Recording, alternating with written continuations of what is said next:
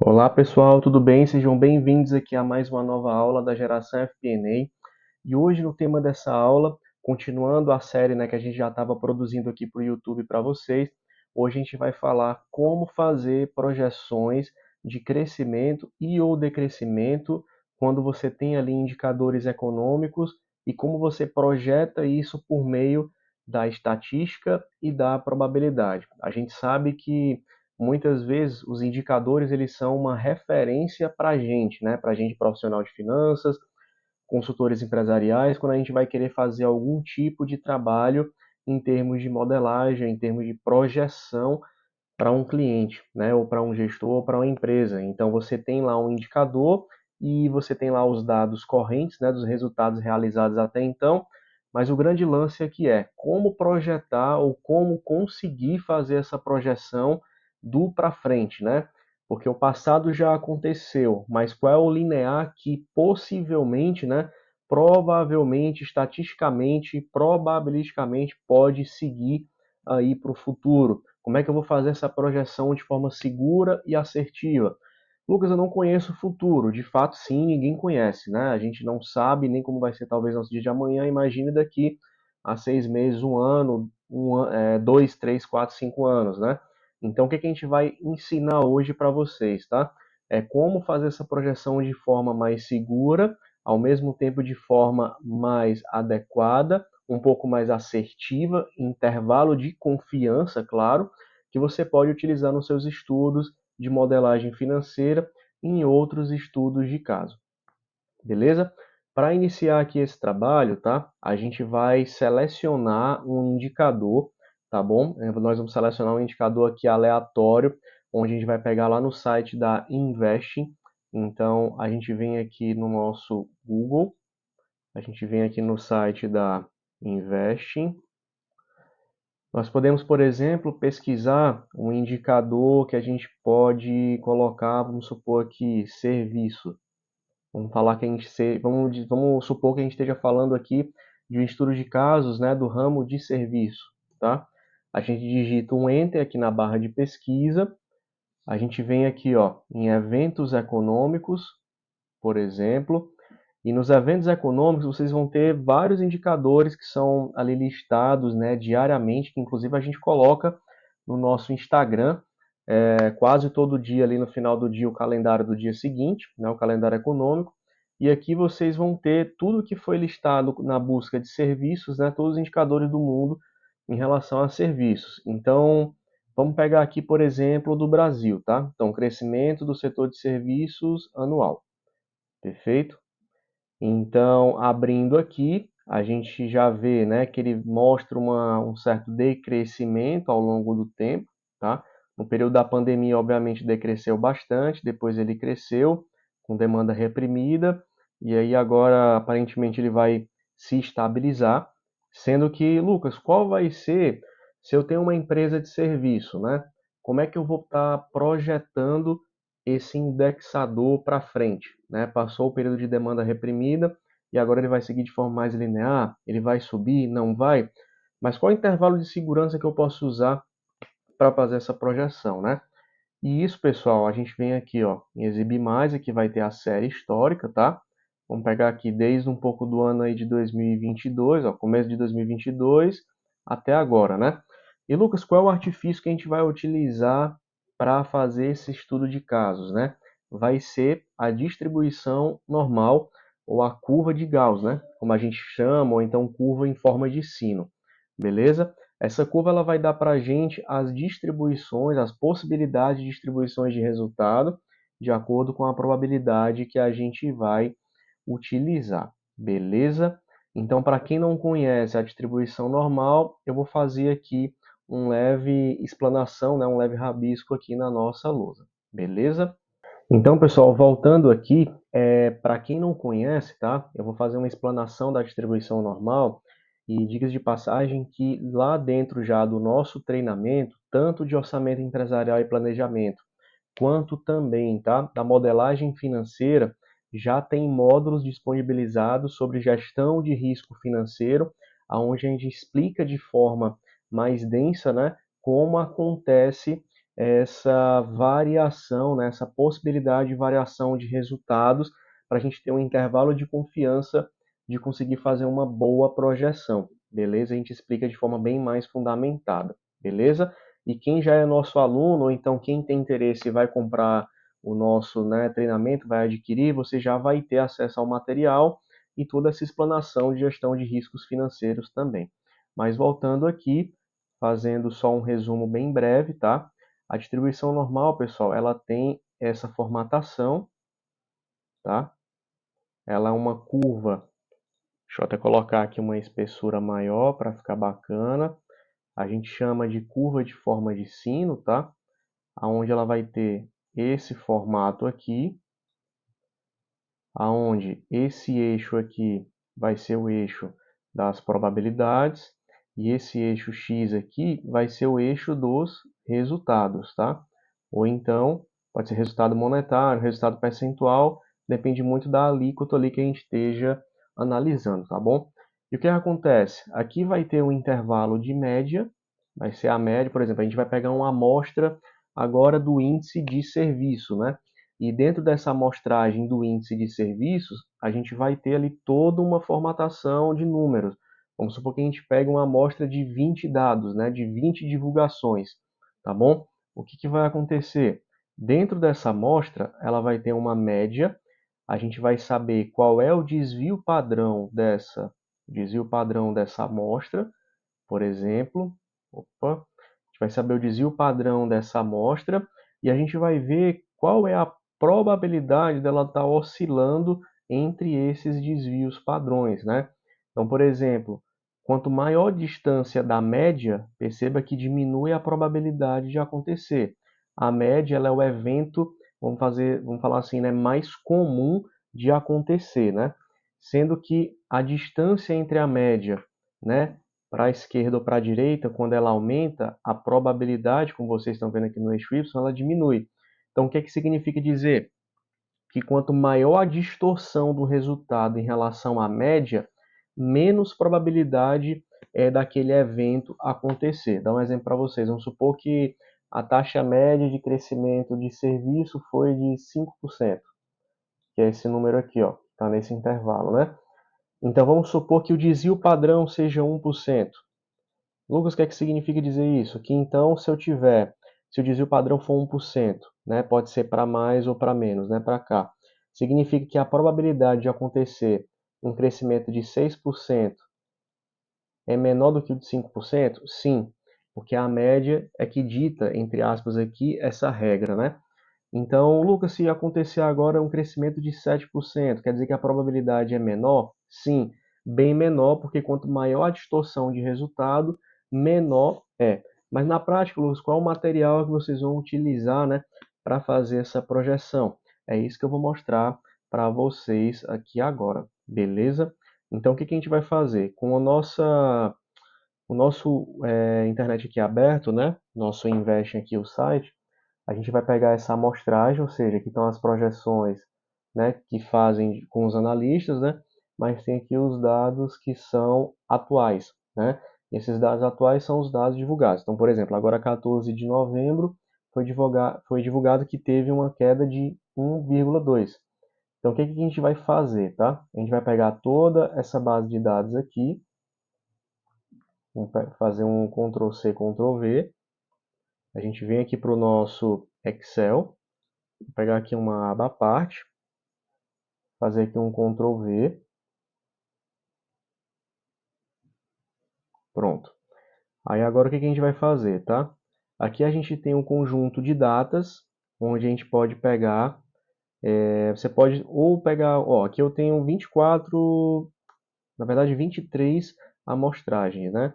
Então o que que a gente pode fazer? Eu posso pegar ou colocar o mês, ou posso colocar aqui simplesmente do 1 ao 23, tá? Então se a gente colocar aqui em formato de número, vamos puxar aqui do 1 ao 23, opa, do 1 ao 23, e agora a gente vai pegar, aqui voltando para o Excel, os percentuais que a gente tem como amostra, né? A gente está pegando 23 amostras, tá? Então, voltando aqui para o Excel, a gente vai fazer um Ctrl V aqui, perfeito. E agora a gente vai só ver se a fórmula está puxando tudo, vai até a linha 48, que depende muito do tamanho da amostra, tá? Ó, 48, é importante esse entendimento.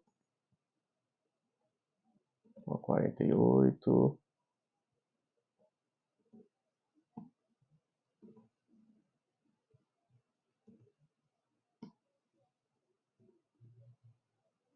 perfeito. Aí, pessoal, feito esse ajuste, né, o que que a gente vai fazer agora, tá? Esse material ele está disponibilizado para vocês, para quem já é aluno, já no nosso treinamento, tá bom? Mas como é que a gente vai lidar agora com o que a gente vai interpretar dessa amostragem que a gente coletou, tá? O que que acontece? Que dentro dessa amostragem, né, do índice acumulado anual para uma amostragem de 23 meses, o que que apresenta aqui para a gente? Que a média tem sido de crescimento anual, né? Já que a gente está falando, voltando aqui, de um indicador de crescimento de serviço anual. Qual é a média que tem acontecido? 6,60%. Entendeu? Então, na média aí do período que está sendo analisado de 23 amostras, o setor de serviço está crescendo em 6%, né? Vamos falar assim, a cada ano. E aí, pessoal, voltando aqui, o desvio padrão dessa amostragem, né, em relação à média é de 3,18%, ou seja, praticamente da média eu posso estar oscilando a cada média mais ou menos um desvio padrão. E o que é que significa na prática, né? Como é que eu vou analisar isso para projeção futura de resultado? Nessa tabela que eu deixei pronta aqui para vocês, o que é que acontece aqui, né? Em 70% do tempo, aproximadamente 68,30, né, a gente tem aqui a média dessa amostragem, que significa dizer para a gente o quê? Que por ano, né, nessa análise, nessa amostragem que a gente fez, na média está crescendo 6,6% por ano, tá? Sendo que isso pode variar dentro de uma normalidade em 70% entre 3,42 e 9,79. O que é que significa dizer? Que se você tem já uma amostra de média que você pode utilizar, por exemplo, como um cenário conservador, mantendo a média que já é conhecida, mas claro que as metas não devem ser linear, tá? A gente sabe que tem sazonalidade de venda, demanda reprimida e etc. A gente pode utilizar, por exemplo, 3,42 como um cenário, colocar aqui pessimista, e a gente pode utilizar aqui como um cenário otimista. O que significa dizer isso?